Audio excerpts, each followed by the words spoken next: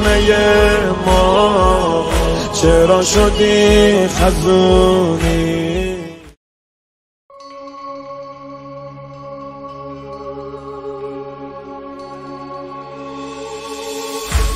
هوای این خونه مثل زمستونه، پا به پای چشمات سجادت گریونه گریونه. چادر رو سر کردیم نگاه به در کردیم، حال و روزت رو که این روزا میدونه الله اکبر از این دستای خسته، الله اکبر نمازت شد نشسته، الله اکبر صدات بالا نمیاد، الله اکبر دعا کن دل شکسته. بهار خونه ما چرا شدی خزونی؟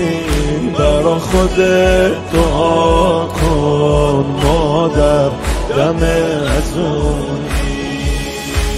رنگ رخت شد زرد تب داری اما سر، غریبی بابا زخماتو کاری کرد مهرتو آوردی بغضتو هی خوردی، دم گنوتاهت عشقامو جاری کرد.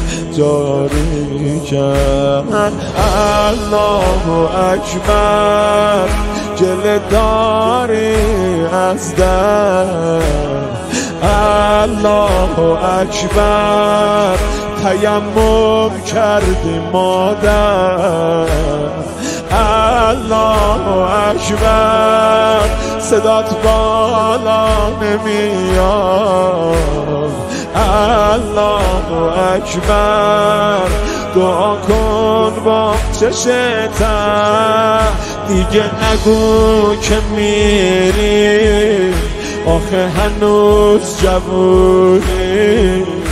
برا خودت دعا کن مادر دم ازونی. بهار خونه ما چرا شدی خزونی؟